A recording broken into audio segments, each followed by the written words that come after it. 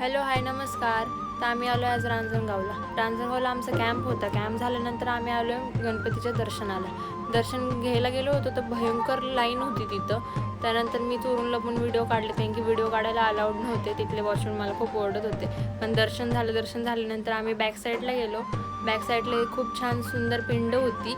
तिथलं दर्शन घेऊन आम्ही बाहेर आलो. तर इथला व्ह्यू बघा किती सुंदर आहे. तिथलं सगळं मी परिसर बघून झाल्यानंतर आम्ही बाहेर गेलो. कळलं की माझी अर्धी टीमच कुठं गेली आहे आणि मी एकटीच राहिले. मग मी नंतर चालता शोधत होते भरपूर जणांना, पण मला कोण भेटलंच नाही आहे. नंतर हा भेटला, ह्याला घेऊन आम्ही गेलो तर हा पण हरवला होता. त्यात मला सापडला. नंतर आम्हाला आमची टीम भेटली. त्यातले पण अर्धे लोक भेटले नाहीत. तोपर्यंत मी काढलं फोटो काढून झाल्यानंतर आम्हाला कळलं की अर्धे लोक गेलेत रस प्यायला.